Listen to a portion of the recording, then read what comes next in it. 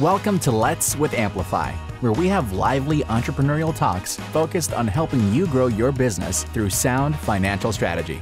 Here are your hosts, Jamie L. Smith and Jesse Ferguson. Welcome to Let's with Amplify, lively entrepreneurial talks. Today we're here to talk about technology, which is Jesse's favorite subject. So, sure to be lively? Of course. Of course. All right. So we're going to talk about technology, partially Amplify Tech and our venture into this space, and a bit about ERPs and when the right time to put one in is, and how ERPs can help your business. And we're going to tell some more personal and close to the heart stories about how Amplify's been able to use our own ERP to help our business. So very excited to talk about this subject. So let's first start with how Amplify Tech came to be. So for many of you, you know that we're a financial strategy firm and we help in all areas of financial strategy. We have 3 service lines. So our first strategic service line was Finance Leader, where we do fractional CFOs, and that's grown to include fractional CFOs, fractional controllers, and accounting services. About half those clients were the whole accounting and finance department, and then the other half were at an executive level, usually CFOs. So that was the first area that we strategically launched as a brand, and we've been doing that for 5 years now, which is exciting. We always did recruiting. So we've always placed CPAs on permanent and temporary positions, especially temporary in the early days. And then about 2 years into Amplify, we decided to make that a strategic service line, invested in hiring in the recruiting department, and it's grown to be equal size in terms of revenue to Finance Leader, and actually is more profitable just by the nature of the service itself. So we place permanent CPAs and temporary CPAs in all size businesses, but passionate about growth businesses in particular. Throughout Amplify, we've always done consulting. It remains a non-strategic service line, and that's where we help with really any project that the accounting or finance department needs to work on. So people, process, and technology is kind of how we look at the world. And the people side, recruiting and Finance Leader, is solving people problems every day in the area of financial strategy. And process comes through consulting, as does technology. And then we decided to go deep into technology with Amplify Tech. And I think Amplify Tech is 2.5 years old. Is that right, Jesse? Maybe. About that. So what made us decide to partner with one of the biggest companies on earth, Oracle, and tie our brand Amplify to NetSuite? Let's dig into that a bit and tell that story before we talk about what Amplify Tech is and when our clients seem to need to think about ERPs. So, Jesse, what's your recollection of why Amplify Tech became part of Amplify? Well, there's a market need from a services perspective for sure. I think the story was NetSuite was purchased by Oracle in, do you remember what year? I want to say 2008, but is that right? No, I think it was like 2012 maybe. Yeah. Well, my kids are born 2008 and 2012, so I bet you're right. It's probably 2012. Yeah. Yes. I don't know. It quite a while ago now, but I do remember it happening when I was at Deloitte, and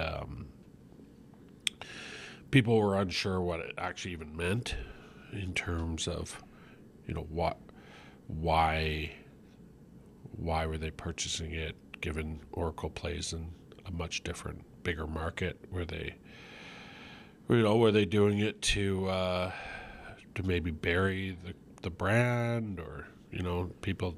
There was a lot of theories out there, but ultimately Oracle's kind of let NetSuite continue to operate as a very independent subsidiary of Oracle, but leveraging Oracle's core competencies, which is, obviously strong balance sheet. That always helps.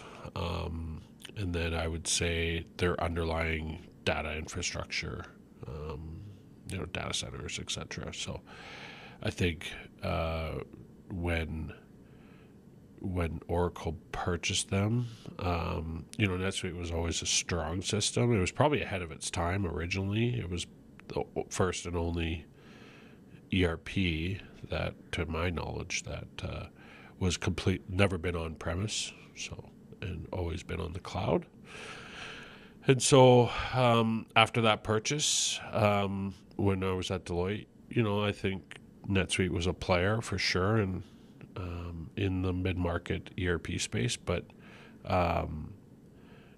fast forward, 8-10 years later, they've certainly become the dominant player in the mid-market ERP space, and that goes into significant R&D investments from Oracle into NetSuite.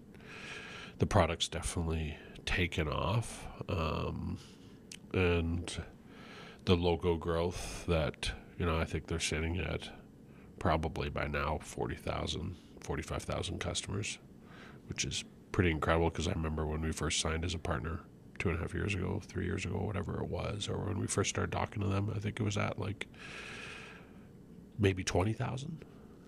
Yeah, it's been significant growth for sure. So, I think what, ultimately we saw the market a lot, like, you wouldn't see a lot of NetSuite customers in Alberta. I would say Western Canada. Probably Vancouver was definitely more popular, but definitely not in the prairies. And fast forward, there's a lot of NetSuite customers now in the prairies, and that opened up. There's definitely a need for growth clients to have a strong, services team to help them with the system. And then obviously there was also a lot of new clients that were looking for other alternatives to purchase NetSuite rather than directly through NetSuite themselves. So, yeah, and I think if I recall back at our former employer, but also at Amplify, we would sell system selection projects. Yep.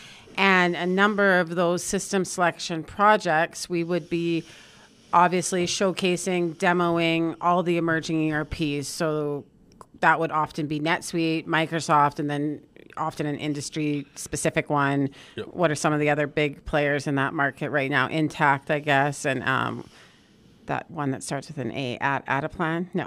Adaptive, yeah.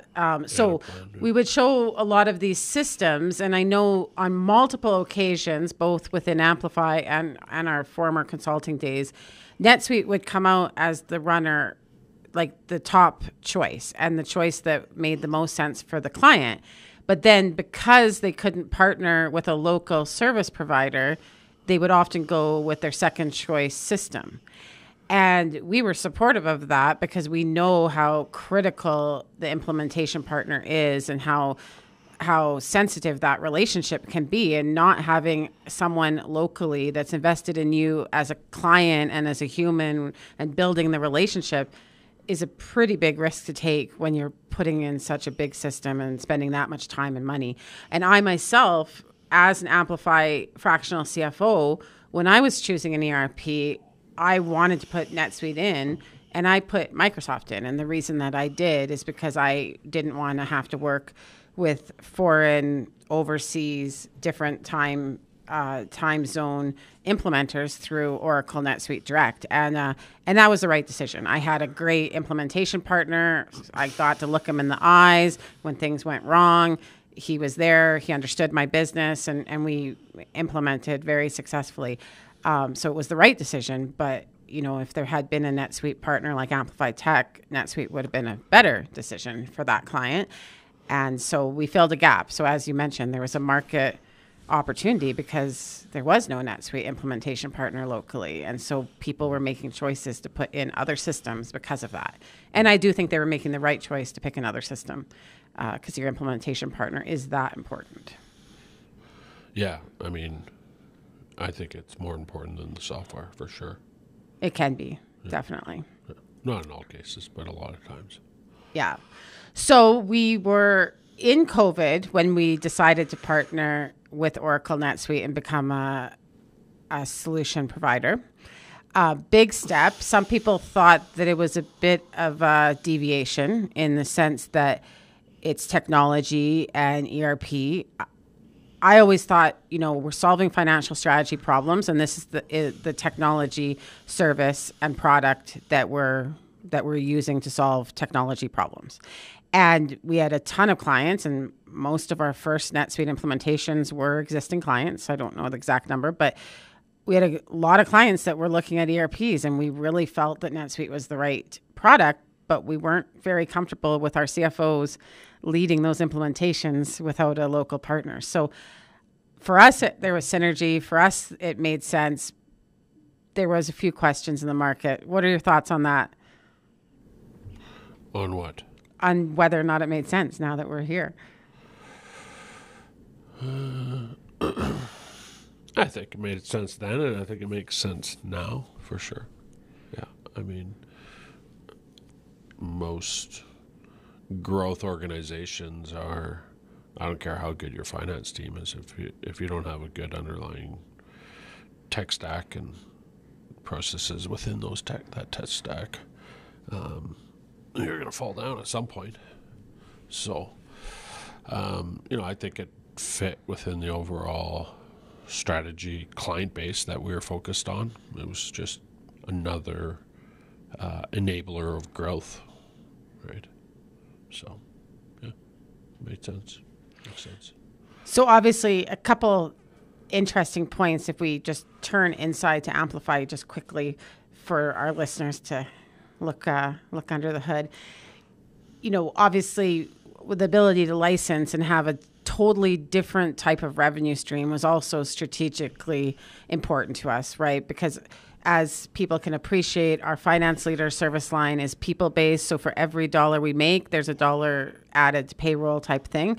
And then our recruiting is a bit more eat what you kill and less volatile with fixed costs, but it is exactly that. It's volatile and with fixed costs. As we approach July and August, we anticipate some pretty big drops in what we're seeing in recruiting revenues because people don't hire in July and August unless it's an emergency, for example. So there's all that volatility in that service line. And so introducing a service line which had consistent annuity licensing fees, which was product-based and not people-based, was a great way to put some diversification into our business. And I think that's proven to be a real growth opportunity for us. Yeah, for sure. Passive revenue streams are always nice. And they're hard to find. Very hard to find. The other thing that's been interesting about Amplify Tech is that it is a different type of hire.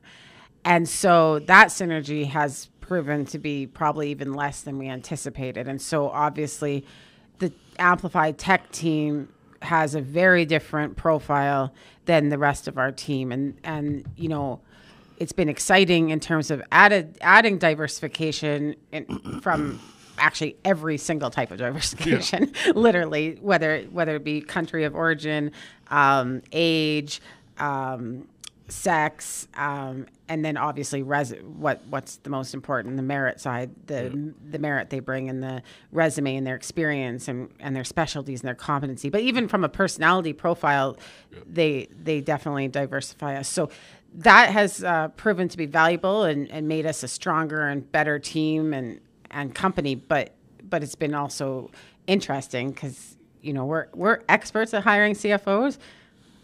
We're not experts necessarily at hiring tech yet, or maybe we are now, but we weren't to begin with. Yeah, the people side has definitely been,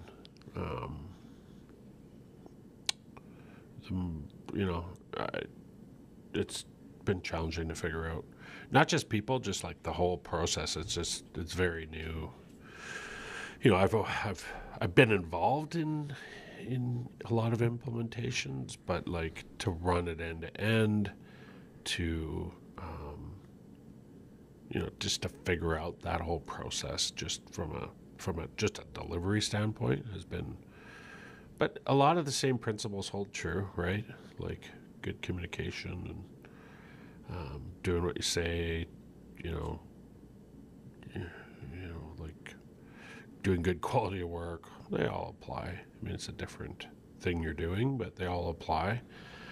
And then, but the people side, hiring has been a real lessons learned in terms of, and I think it's not just us, I think tech in general in Alberta and the prairies is a challenge for a lot of people, because a lot of startup tech companies don't have big money to throw around to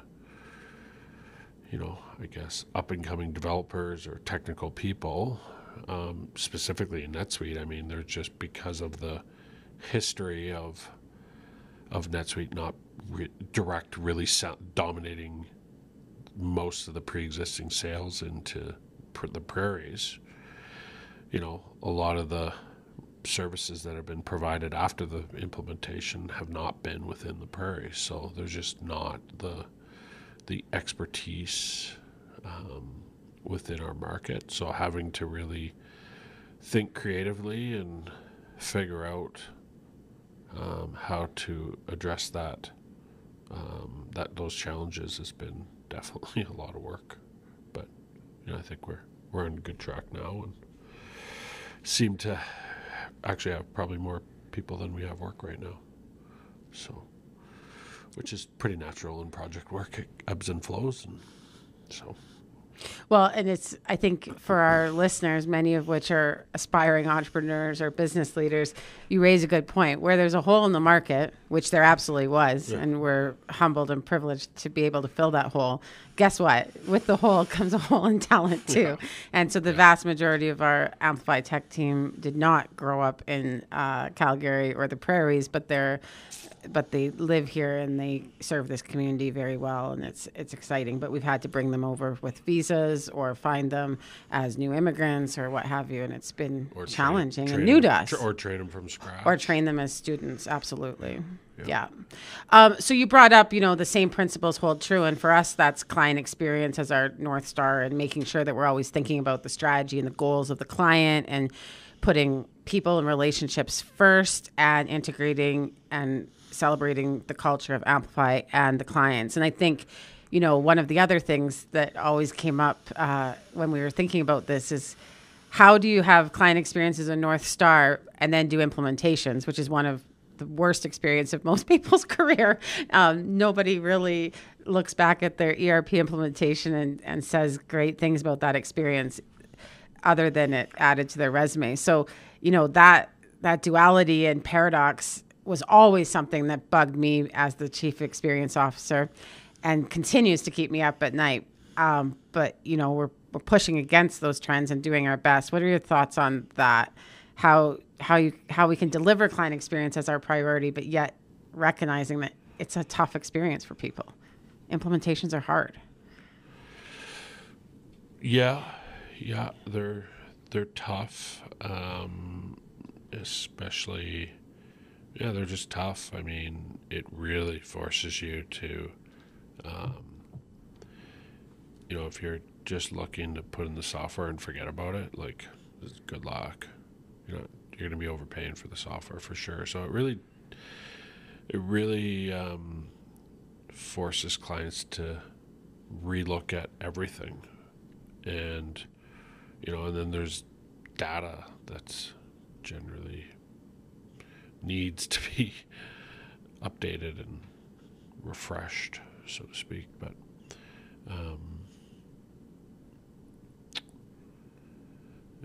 I mean, at the end of the day, it's the product or service that we're putting in, like,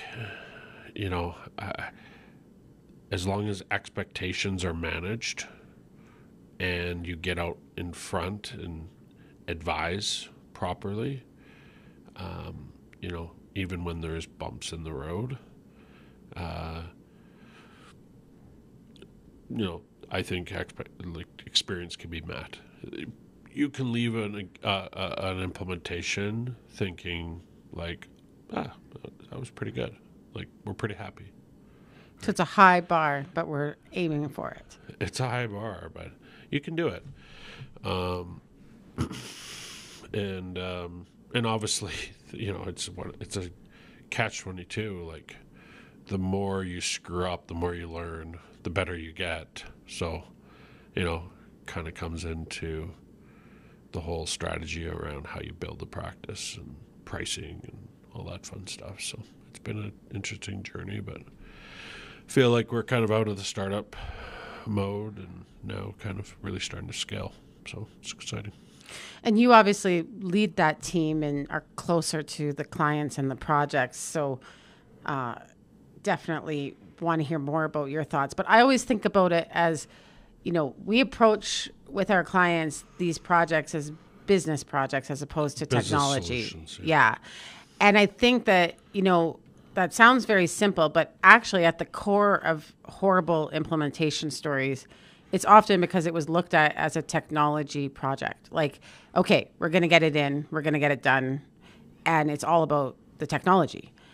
And if you take the steps back, and sometimes you have to slow down to go fast and look at it as a business project, which to your point, all of a sudden you start to realize, oh, I got to relook at my processes. I got to relook at my data, and just realize that that wholesome approach, while slower and more iterative, is going to end up getting you to a better experience and obviously a better technology that can serve the business and solve the problems that you were wanting to solve with this great investment.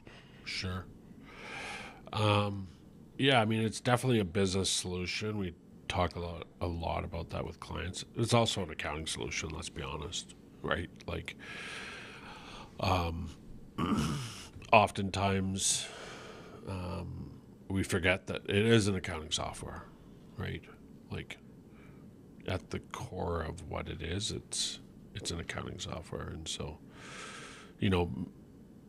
thinking and planning through, what each kind of stakeholder needs from that ERP is and what the priorities are, right?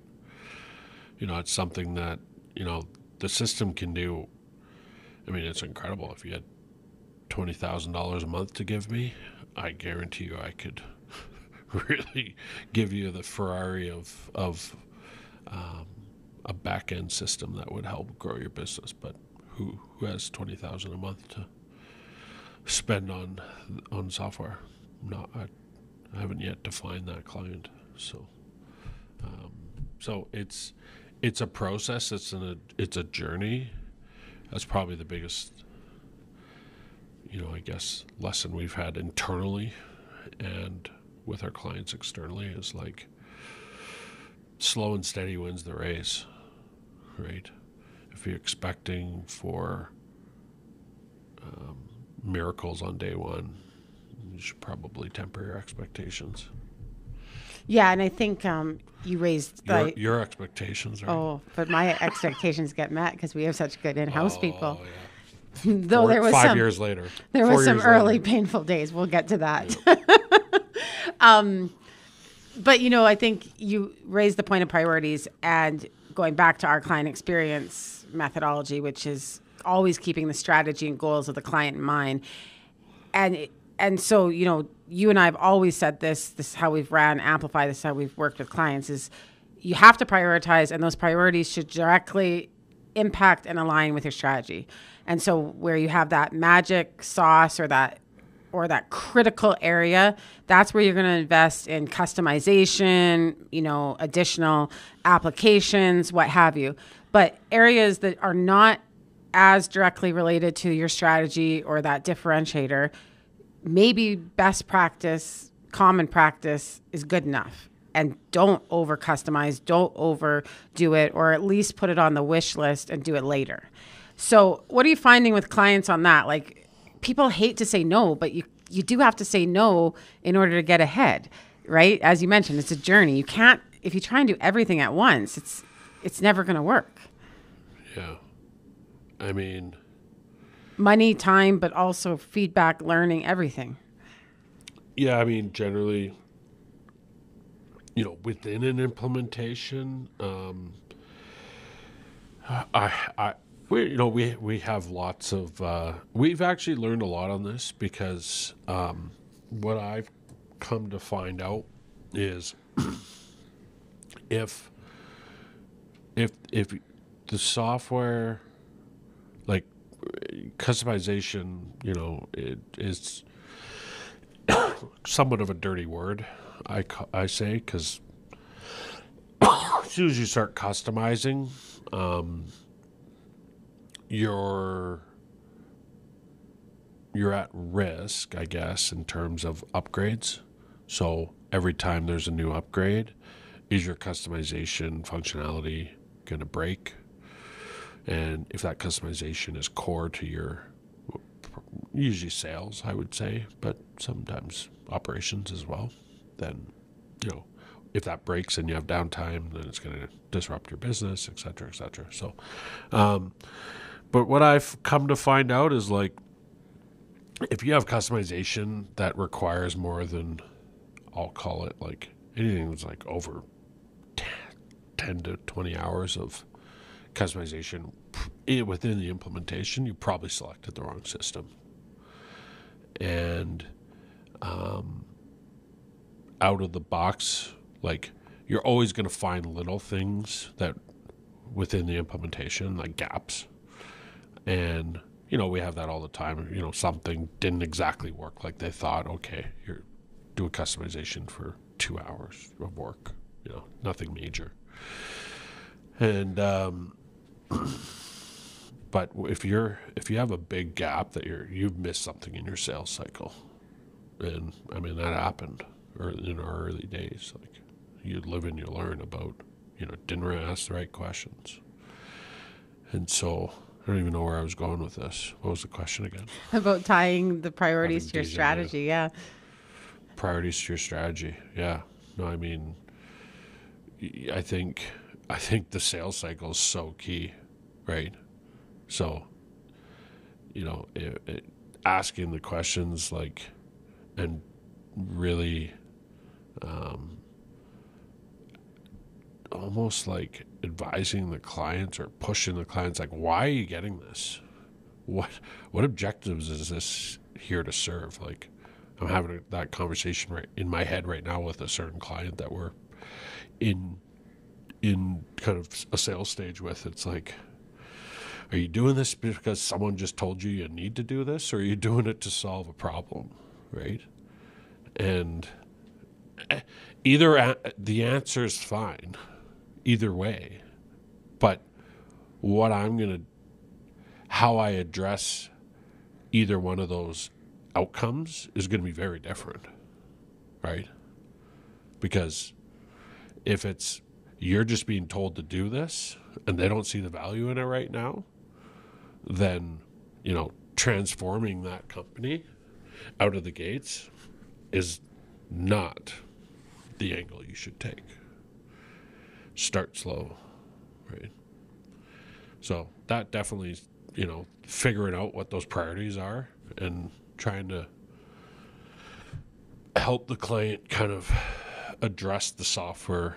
The software is really complicated to buy, really complicated. It's very hard to understand, compare apples to apples, right? Yeah, no, for sure. I think the system selection process is critical, and it's really easy to make mistakes as a buyer. Many listeners have probably heard me tell these stories because I tell them a lot, but I remember in the early days picking software for Amplify, and this is when Jesse was not available to do it for me, which now he basically selects all our software. But at that time, I picked the software because the guy was charming and good looking, and he gave me really nice socks. Yeah. And so I picked it and I put the software in, and then I'm going to invoice, and thank God it was the only invoice I ever had to do. But you weren't available to do the invoice because it was early days. And ever since, you've done the invoicing and all of that. But I had to do the invoice, and I realized this stupid software that was sold at a Canadian conference right downtown in Calgary did not do GST. So the man was charming and good looking. The socks were comfortable and cool. And the software seemed good until I got to the invoicing, and I had to manually put in GST. And I'm like, well, this is This isn't even scalable for this one invoice, let alone when we have a few extra. So obviously that software was deleted and gone within a few weeks. But and meanwhile, I'd been on like $1 million software selection projects at my former employer, and yet I still could get convinced by the bells and whistles and the sexiness of like demos and cool booths and everything else. And we see that all the time, right? Really smart people not asking the right questions or taking that process seriously enough and being swayed by things that at the end of the day don't matter. Yeah. I see two types of buyers, the ones that are like overanalyze. Oh yeah. Right? Like they want to know every variable and be able to forecast what that software cost is going to be, what everything, and it's like that's not happening. Yeah, right? Analysis by paralysis. Like you have to make a decision based on I don't know what percent of information, but you cannot expect to have 100% of information to make this decision. That's impossible. No, it's impossible, but they try. They try, yeah. They try. And then the other ones that are more, I would say kind of just, they get scooped up by the bells and whistles and don't actually ask the right questions. And fortunately,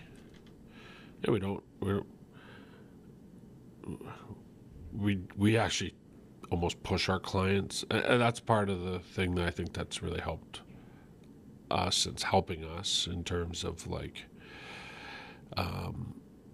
having better implementations is slowing down and asking the right questions within the sales cycle instead of them just saying like, oh, this looks great, let's go at it. Because there's always going to be complexities that if you're finding out for the first time in planning, like you're right away, you're going to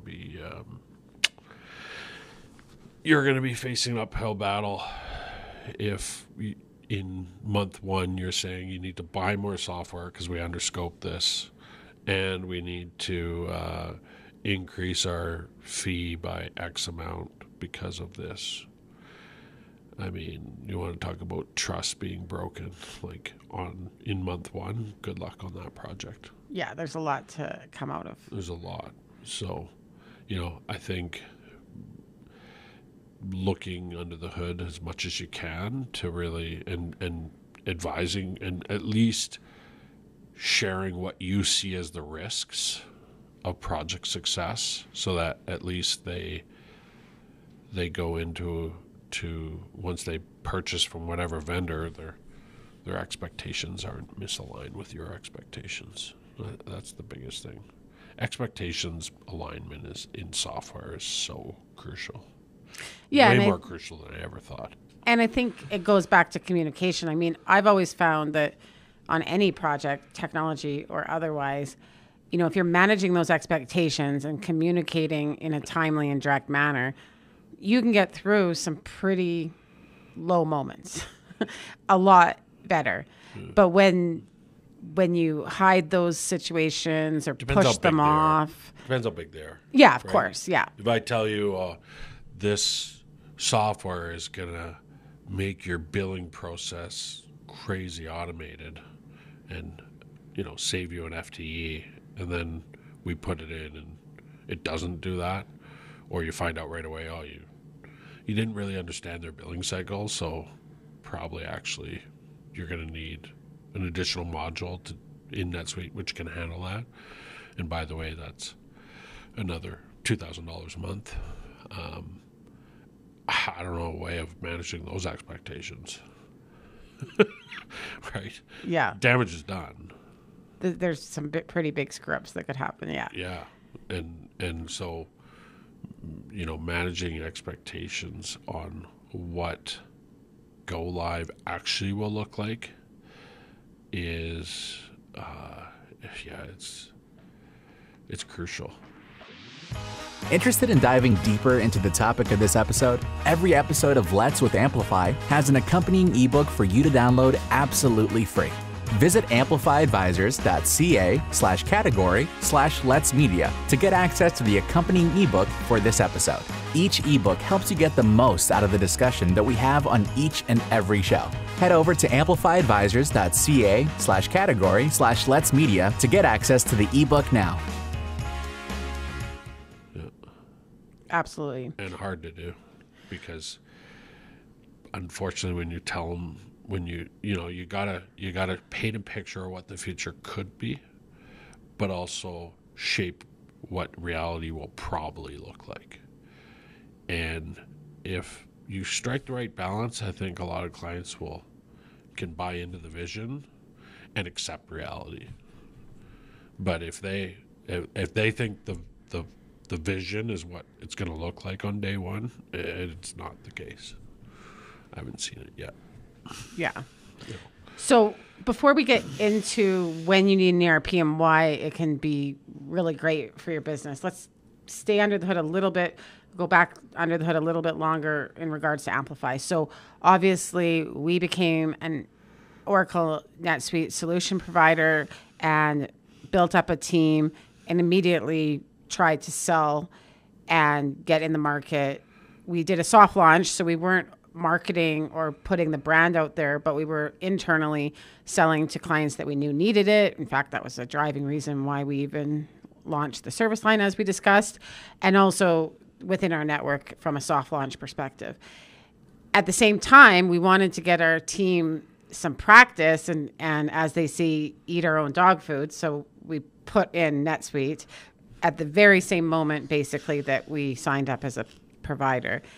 Funny enough, I think that by and large, Amplify has done a great job of not being a shoemaker's kid, and we generally do what we sell to our clients, which is different than some of our historical alumni, maybe, where a lot of professional services firms, they get so busy providing client experience and client service that they actually are quite messy behind the scenes. And we've always done a great job of not being messy behind the scenes and trying to build a scalable business. So we've got good methodologies, good technologies, good process, good policies. It's quite clean, actually, within Amplify for a 5-year company.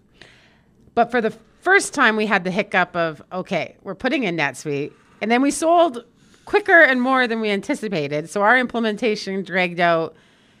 It was almost an 10 month implementation. And for me, as a outsider of the implementation and trying to run a business blind because we no longer had financial information from our previous system, but I couldn't access the financial information within NetSuite yet because the reporting wasn't ready. It was scary and it was frustrating, and we had our moments for sure. So we definitely had a shoemaker's kid, and we definitely weren't doing client experience within our internal clients, i.e. me. So it was painful for sure and not easy, but that's because we had sold so many implementations that our team was focused on the clients, and that's the right choice, and temporary pain for obviously long-term gain. But now, as of January 2022, so a year and a half now, we've been actively working within NetSuite, and it's been incredible. And so I can tell some stories about how it makes me a better leader and how it's helped me increase our profit, increase our utilization, and just run better in all ways. But first, what's your perspective on that shoemaker kid moment in that implementation? You wanted to break up with me, didn't you? I was so mad at you. Yeah, I mean, it comes back to like resourcing, when you bring in resources that don't have the experience to actually, they're going to learn on the job. Well, get what you got. Right. So I think it was a valuable experience to. I think in software, if I think it depends on what stage of your business you're in. So I think for a more well-established, for clients that are moving off of let's say they're moving off ERPs from one ERP to NetSuite. I think for those businesses, they have a pretty good, like, they have a well-defined vision, and they want it on day one. And for the most part, I would say those clients actually get pretty close to their vision on day one, because they understand what their current gaps are from an ERP perspective. They understand, and they understand the pain points. Like, we have a client right now that is moving on to NetSuite from Microsoft. And one of their major pain points was billing. Very complicated billing, a lot of different scenarios. And I think it was taking them 2 or 3 to 4 business days just to process all their invoices. And so for them, that was impeding growth. So they understood the challenge, they understood the cost to do that. And so when they evaluated the NetSuite, adding on that advanced billing capabilities, which is it's not cheap. It's not expensive compared to what they were actually spending in time, but they were able to make a business case on why that software, because they knew what they needed.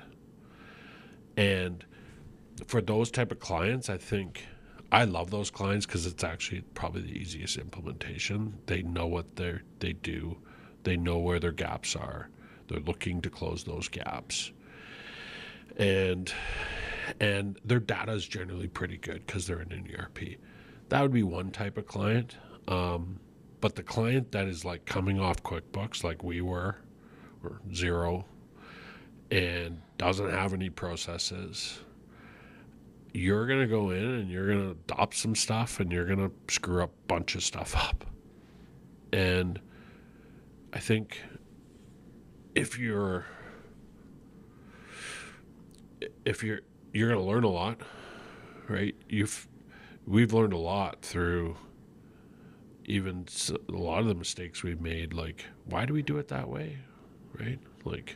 Wish we had done it this way. If we, and changing is hard, but you do. But it forces you to really think through why you do something. And so for clients and us that were coming into it on such a low, sitting in the maturity scale, right? Being so basic and moving into NetSuite, it's, start simple, right? And it's okay to make put some stakes in the ground and be okay with the fact that some of those decisions you make probably are going to be the wrong decisions, right? So, yeah, and we definitely made a few of those in the early days. Yeah, when we started the NetSuite implementation, we were probably only a $2 million business or something like that. So very early. Yeah, but very, very early to be putting in an ERP. I think we were even earlier than that. Was it? Yeah. And we believed in our business and how much we wanted to scale, and obviously had that other motivator of wanting to eat their own dog food, as they say. So we were early, but we looked at NetSuite before we were even looking at partnerships. That's right. Yeah. Early days of COVID. The first month of COVID. Yeah, I remember that was call actually. March of 2020. Yeah. Yeah. So, we recognize the gaps for sure in terms of our, we were running a lot of different apps that were feeding into Xero, and as you continue to add more people, you started to feel holy cow, it's a fragile house of cards. Well, yeah, it's you're spending all this money and yet you can't understand certain data points because the softwares don't talk the way they talk, but not the way they need to talk.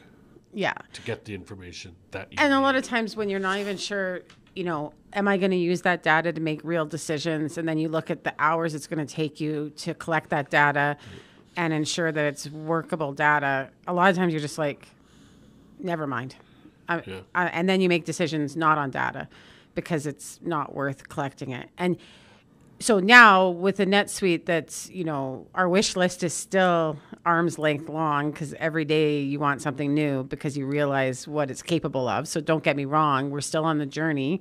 Going back to your original point, the journey never ends, literally. But we have a very much a functional operating system. And so for myself, like I run 2 of our... Still a lot of manual processes, though. That are on the wish list. That are on the wish list, but they never move off. Yeah. But yeah, so me as a leader running 2 service lines, it's incredible because I've got my reoccurring reports that I look at on a very regular basis, whether it be daily, weekly, or monthly, or quarterly. I have reports that are daily, weekly, monthly, and quarterly, and I use them, and they're reliable, and they're there at the touch of a button. Like, I'm not exaggerating. At the touch of a button, I have those reports, and then I make decisions, and I use them, and I take action accordingly. And that's a really good feeling to know that you have that data and that you can get it when you need it and access it. And then, of course, because we're lucky... Or that it's right. And that it's right, yeah. And it's all from one system, one source of the truth. It's been great. So, just to give some tactical examples, each month we do the gross margin analysis. So I run that report, look at what our gross margin is on every client, and then take action accordingly, right? So check in with the teams. Why are we at such a high gross margin? That can mean that our client experience is suffering. That's not always a good thing just because it's profitable. And obviously the more clear issue is when our gross margin is tanking and we're not making money. What is going on here? Do we need to sell more services? Do we have a performance management issue? What's happening? And so being on top of our performance, our client experience, and frankly, our profit through that gross margin analysis each month has made a big, big difference to our business. Another example that I'd give in my seat is quarterly reports. So every quarter, we do a quarterly report to our team, and it covers everything. It covers all our KPIs, all of our priorities, what we've successfully accomplished, et cetera. And part of what we include in that report is where our revenue is coming from, which service line, which region, and where did it come from originally, who referred it, or what marketing tool or what have you. Like, where did we get the lead in order to get that revenue? And those quarterly reports that we've done since 2018, I'm very proud that we've every quarter for 5 years we've had a report. Those reports used to take me like a week of like probably 40 plus hours. Like, it was a crazy amount of effort, and it was worth it. It gave me information. I always learned more about our business, and luckily most of the time I was celebrating and excited about what I was looking at and seeing. But it was a lot of work. And there was days where I'm like, Jesse, like, we're a team of 8 and I'm spending 40 hours on a quarterly report. Like, this is stupid. Nope. But we did it. We were disciplined. We always did it. And now that same 40 hours is down to like 3. And I'm actually able to think about it and use it and take action and insight. And that's all because of NetSuite. Taking that 40 hours down to 3, which is only on a quarterly basis, but it's just a tactical example of myself as the Chief Experience Officer, how it makes a huge difference for me to do my job. Obviously, you use NetSuite, probably 100 times more than I do within our business as the CEO and the CFO. What are some examples that you'd love to share? Well, I mean, I think the second quarter after we went live, we saw a 10% increase in our gross margin immediately, which was pretty incredible. I think our resource management utilization, and that's directly because of that utilization, well, and pricing too, right? Like, you're able to identify issues quicker, and 10% is a lot just by making simple changes, right? So that was a big one. that came to mind immediately. I would say like our billing process, our expense process, especially employee expenses, that was a big time saving. Payroll, that's where we've spent the majority of our, call it, development time, customization time. Being a people business, that's a big part, a big portion of our expenses is in paying employees and tracking where they spend their time. And we were doing that in our previous system, and arguably it was doing it pretty well. Like from an employee perspective, probably. They were able to charge the time, but the I guess integration to financials and integration to more consolidation of data points to be able to look across through clients at certain data points was I think has saved us a lot of time. And we've tripled the business since those days, and we haven't tripled this headcount from a back office. We haven't added actually much. So that's, I would argue that because of that, the software sort of paid itself, right? Absolutely. And I think, we talked about this last month. We're running a business right now with an ERP that I think we could triple again and not be putting crazy amount of technology costs on the books.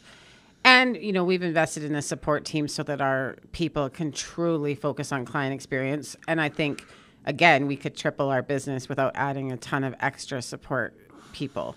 And so on the one hand, that's super exciting that our fixed costs are by and large fixed, even when we triple.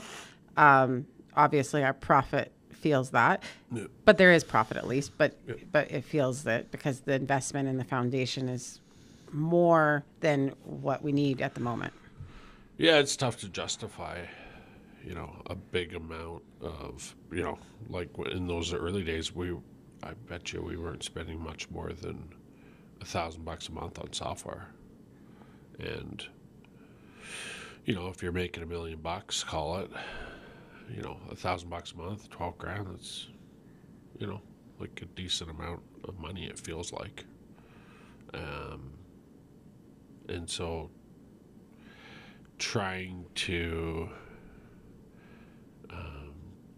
justify that expense for what could be, what you think, right? Like it's a leap of faith, because the reality is when you should be thinking about implementing is probably not when you actually need it, right?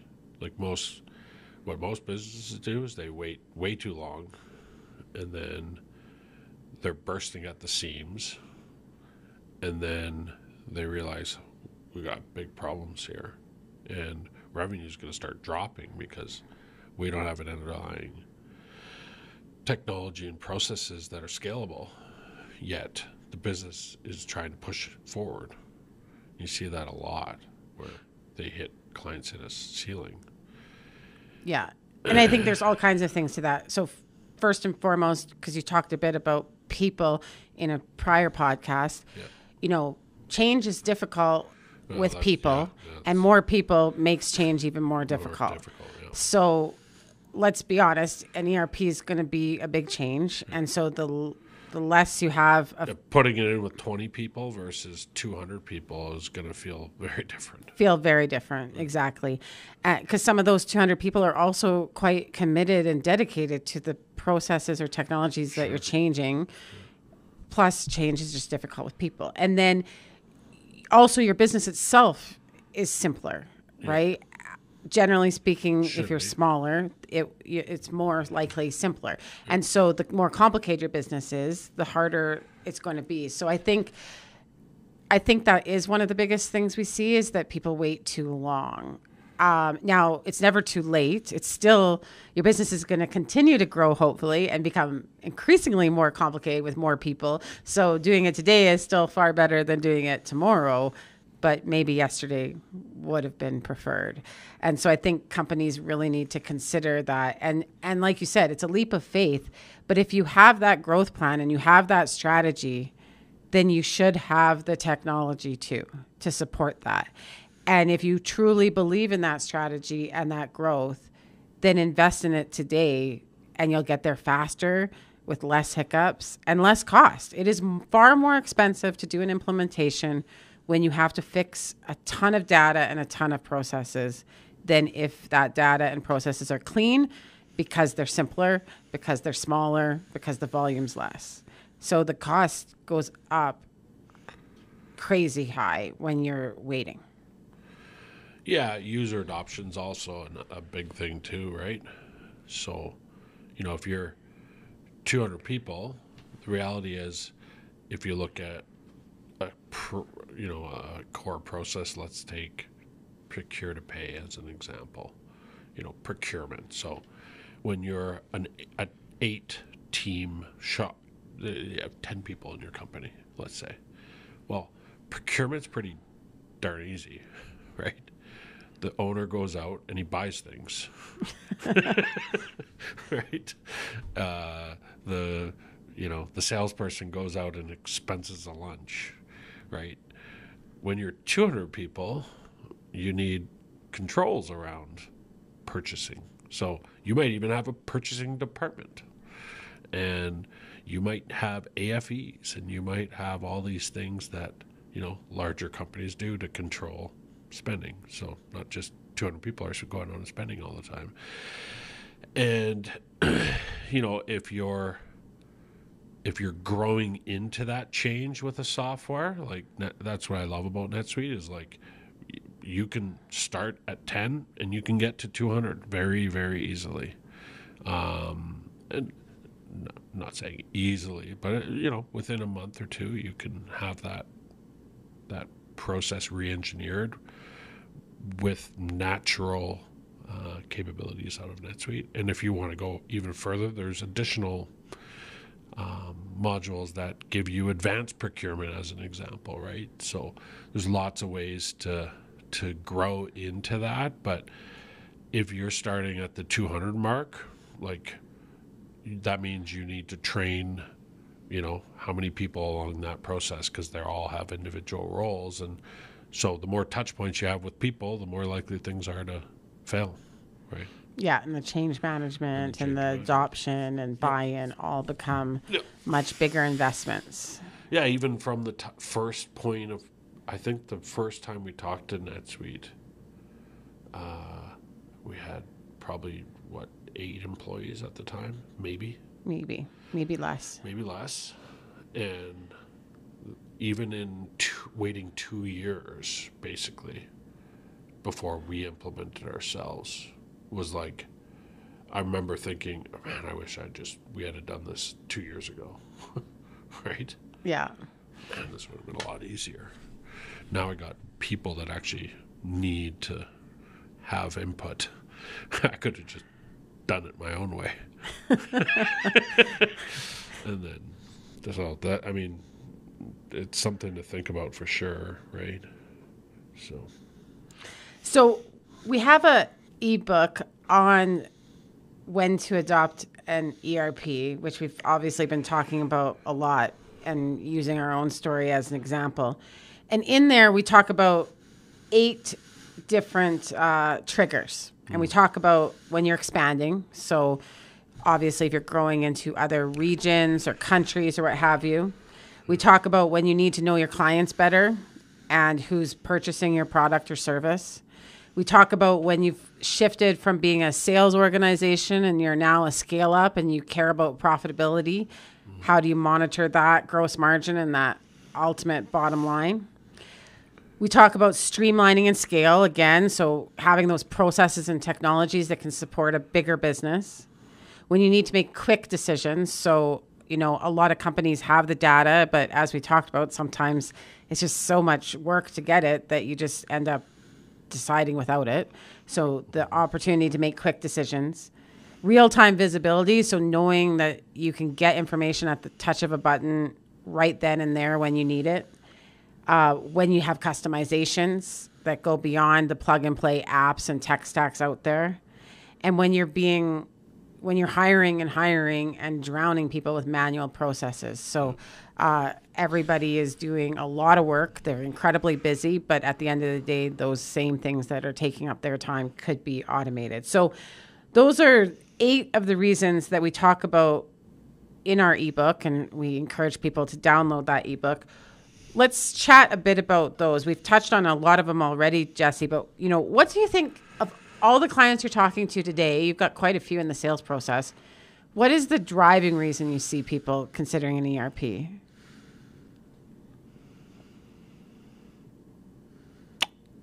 Probably reporting. Reporting. Yeah.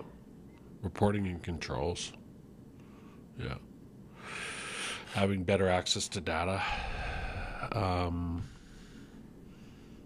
From a reporting perspective. And some of it's not even like KPI reporting, just basic financial reporting, month-end reports. Especially companies with divisions, like divisional reporting. So I'd say reporting is definitely, surprisingly, still the biggest thing that clients are focused in on. So if we think about that for a minute, so I always think of it as like multis, right? So let's say you have multi-divisions, cities, maybe products, services, like there's all different kinds of multis, right?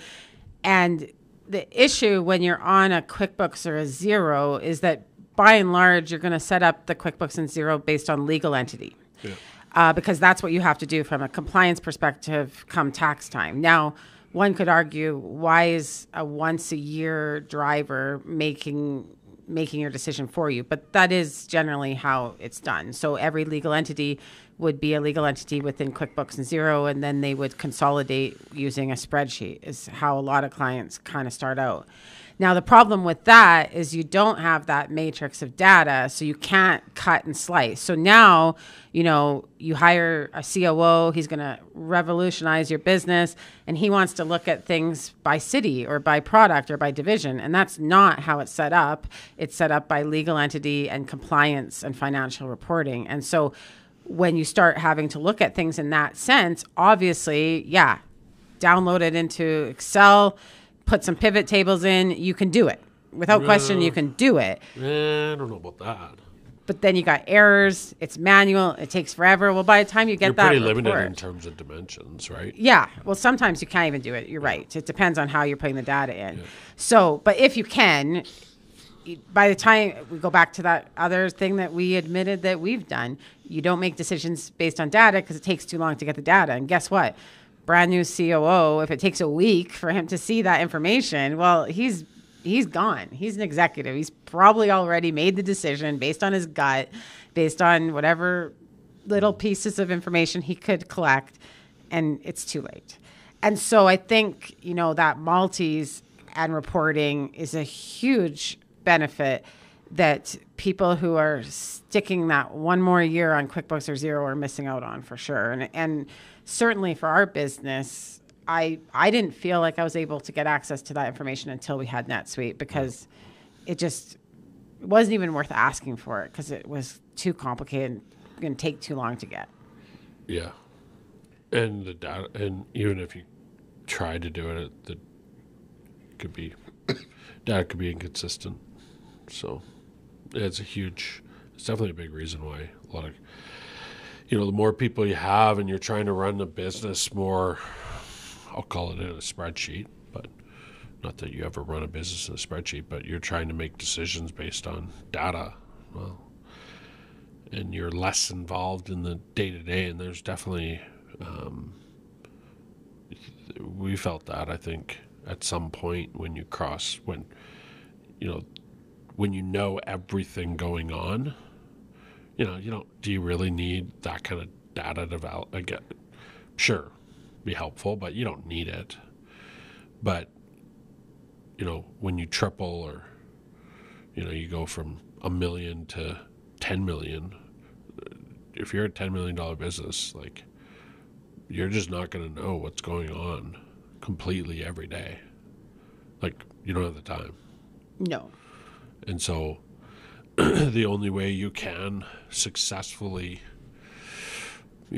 run that business is by identifying exceptions, right? Defining, spotting irregularities and in the data.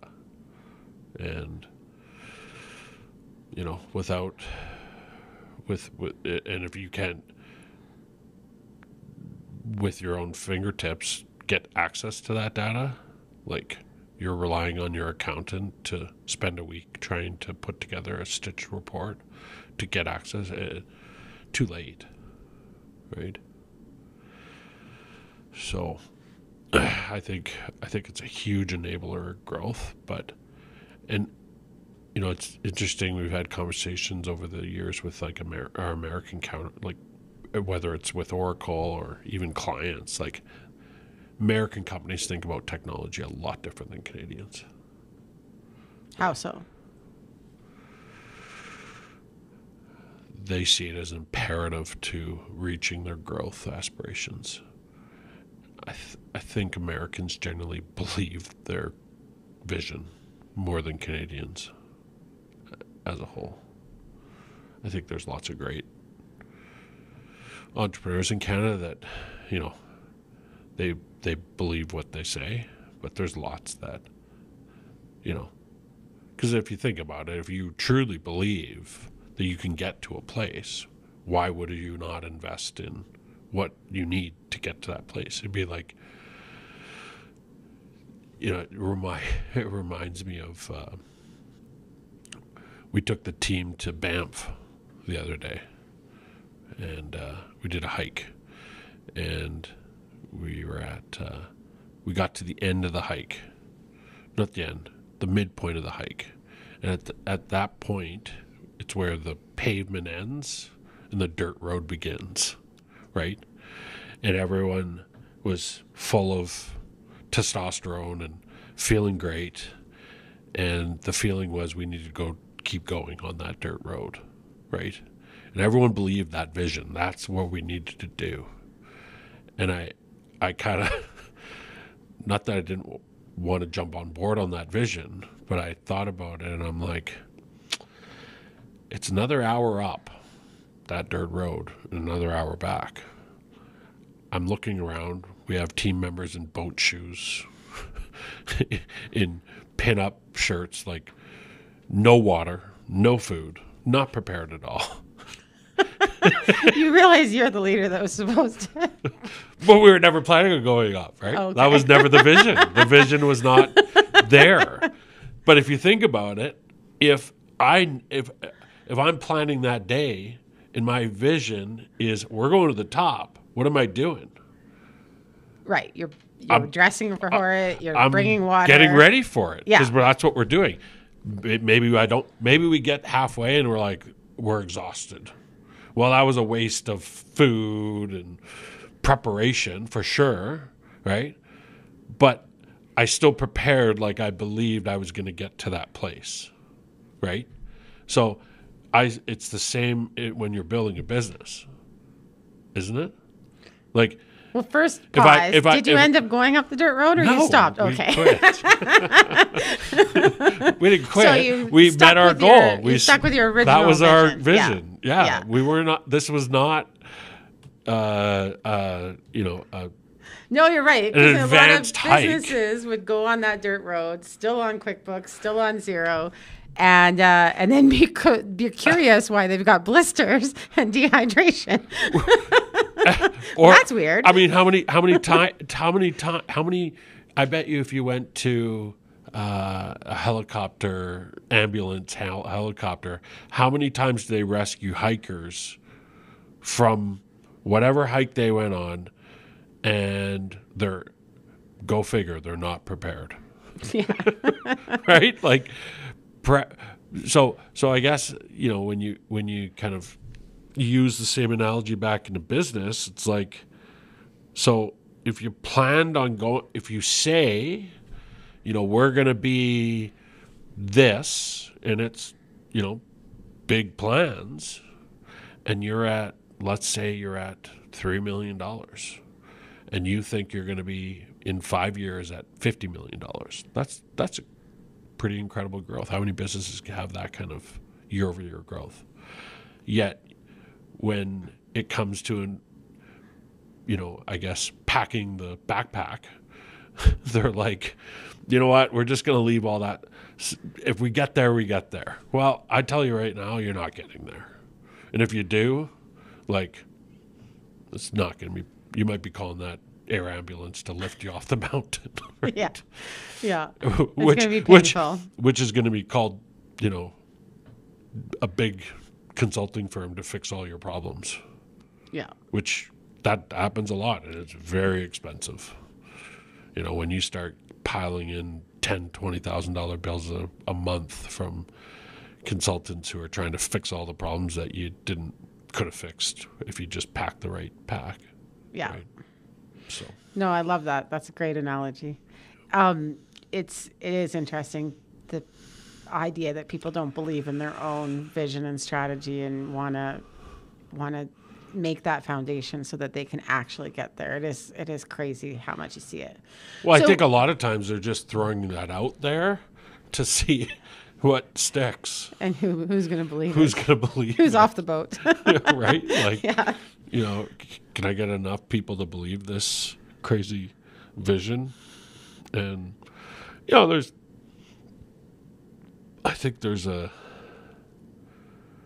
don't think that that's necessarily a bad thing at all.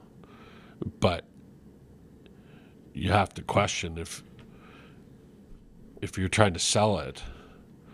First of all, I think if you believe it, then the likelihood it's going to happen is that much higher. If you don't truly believe it, then don't do it.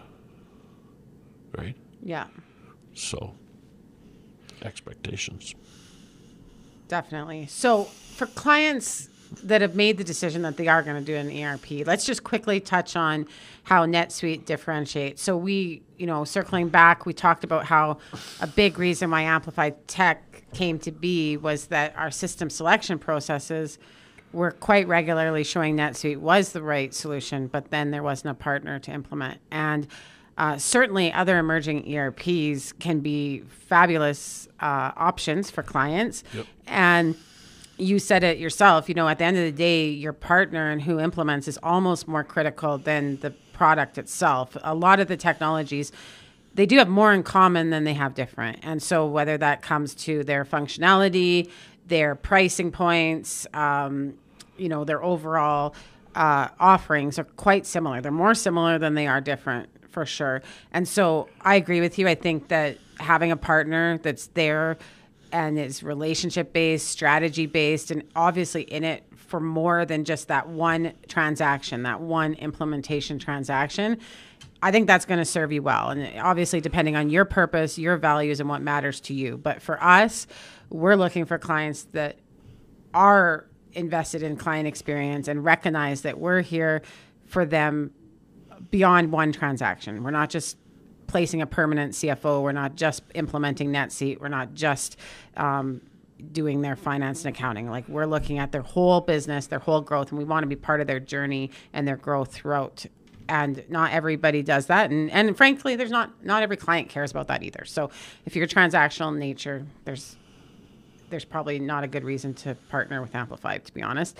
But let's talk about those actual solutions. So I've had the opportunity to implement Microsoft, and I've obviously had the opportunity to implement NetSuite. Now, when I implemented NetSuite within Amplify, I was more on the executive side, not in the accounting finance department. So I was kind of a client of the situation, a stakeholder. And then when I implemented Microsoft, I was a CFO.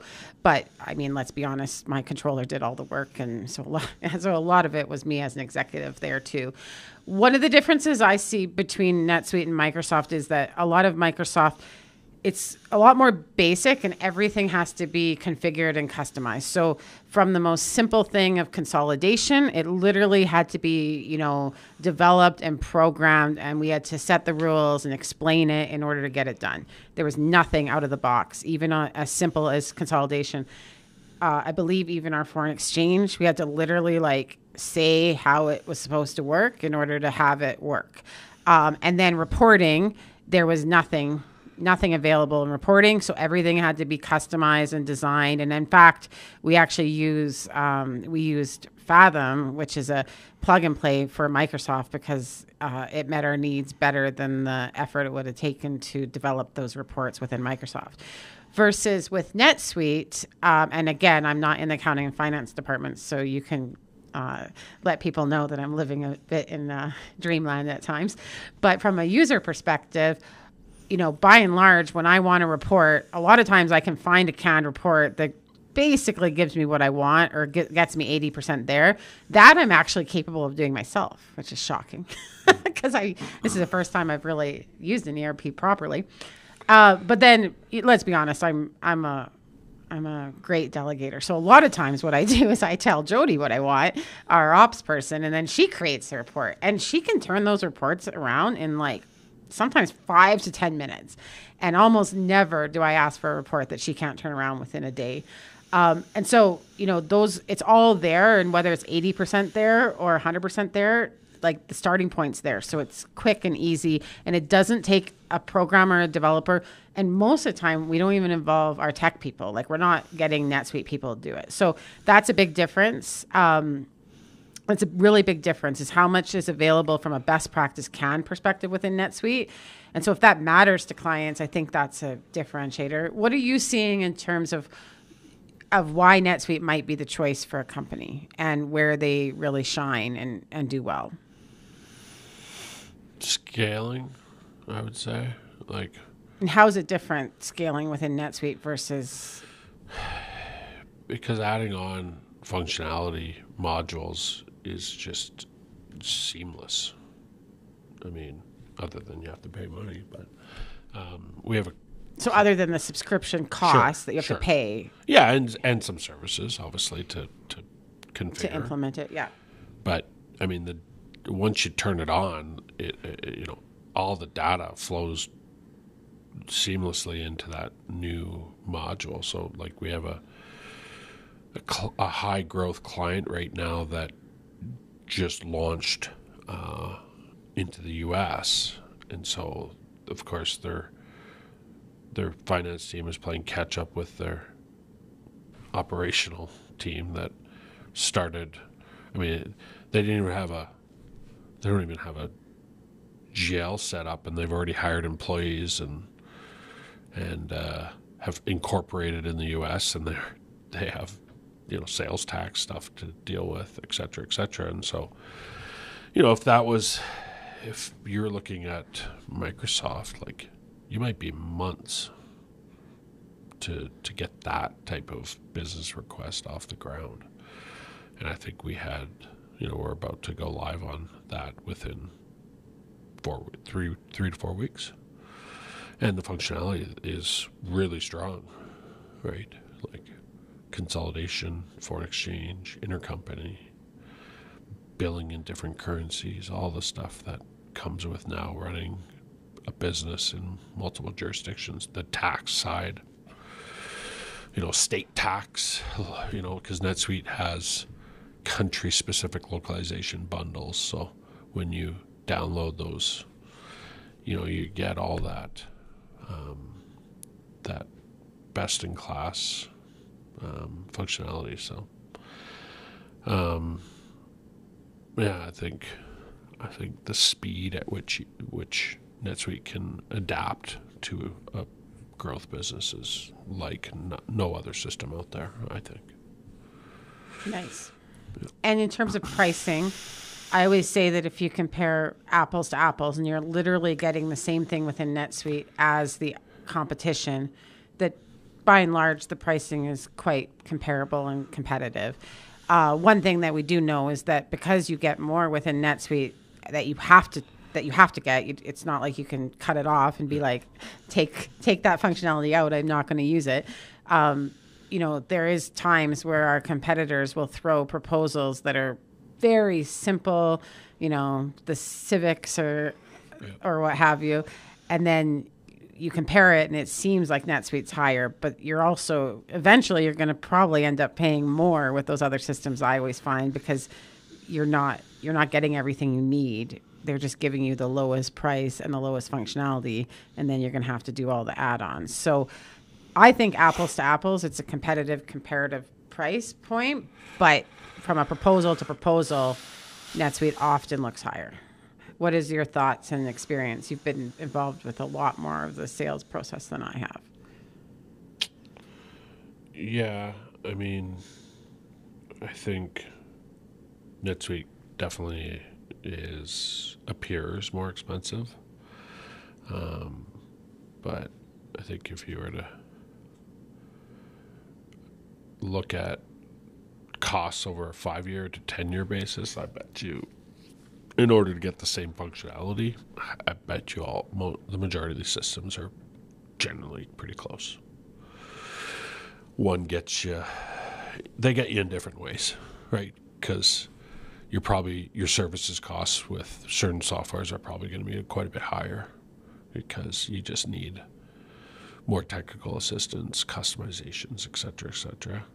So, I've heard of, we had a friend that's at a manufacturing business, and they got sold on an ERP, and they thought it would be, at the end of the day, it was a financial system that they're putting in, and they got sold that it could handle all their needs from a manufacturing perspective. And when they started getting into the details, they realized quickly that it couldn't. And so I think at one point they're spending $20,000 a month from consultants trying to develop the software to meet their business requirements and what they actually needed.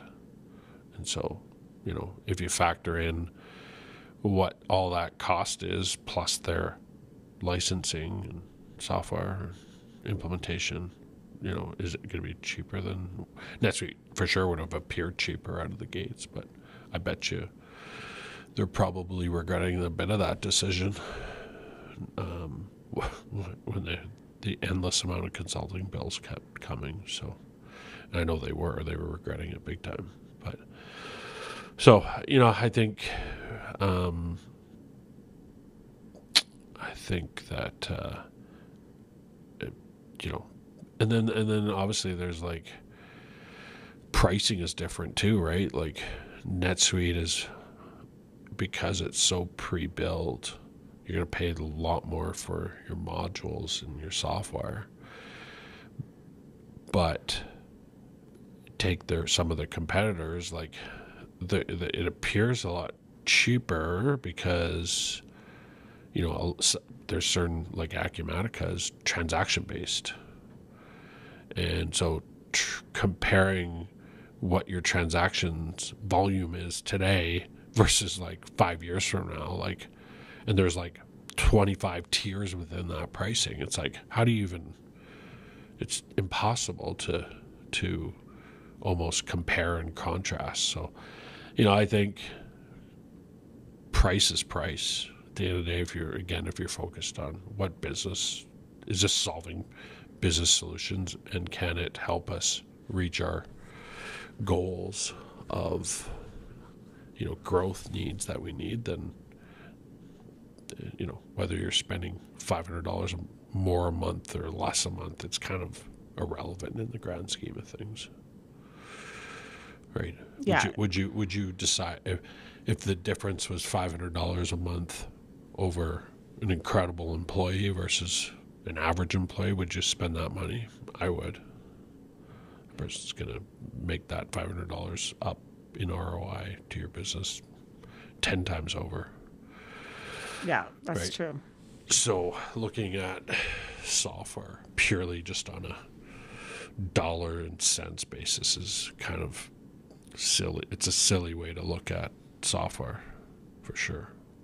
Yeah, and I think, the overriding theme of today's discussion has been, you look at the whole business, what the strategy and the goals are, and then you make the decision accordingly and, invest in that technology, believing you're going to get there, and spend the money believing that you're going to get there, and then make the decision based on, the right partner that's going to be there throughout the journey, if that matters to you, and pricing that's going to have that ROI because you're actually achieving your goals and hitting the mark on that strategy. So I think that's a different way of looking at technology than a lot of our clients initially think, which is much more transactional, money, time, cost, investment, change. And it takes something to get there, but it'll get you there faster, and there'll be a return on that investment. And that return hits all the lines. Like, it literally lets you grow more from a revenue perspective. It lets you hire less and have less manual processes and less costs. So it hits you at the gross margin level. Job satisfaction. Yes, exactly. The employee experience is better often, and people can feel confident in their decisions. So that ROI hits all levels of the financials as well as the qualitative factors. So I think that people need to do it earlier, as we talked about, and think about it from that strategy perspective. This has been a great opportunity to talk about Amplify Tech, some of our pain points, reasons for getting into it, and some of the success. And I think to a large degree, we're just getting started in this area. And now that we have a team that's really got their feet under the ground, and you fully dedicated as a leader, it's exciting what we can do in the community when it comes to technology. I'm very much looking forward to it. Thanks so much. Thanks for listening to this episode of Let's with Amplify. We hope you enjoyed the show and got some value out of today's talk. If you did, we'd love to hear from you. We invite you to leave a review on your favorite podcasting platform or comment on YouTube, and be sure to subscribe to the show wherever you listen so you never miss an episode. If you'd like to check out more information on all of our episodes and free ebooks, visit amplifyadvisors.ca/category/Let's Media. Production of the podcast is by @Heart Creative and can be found at @heartcreative.com.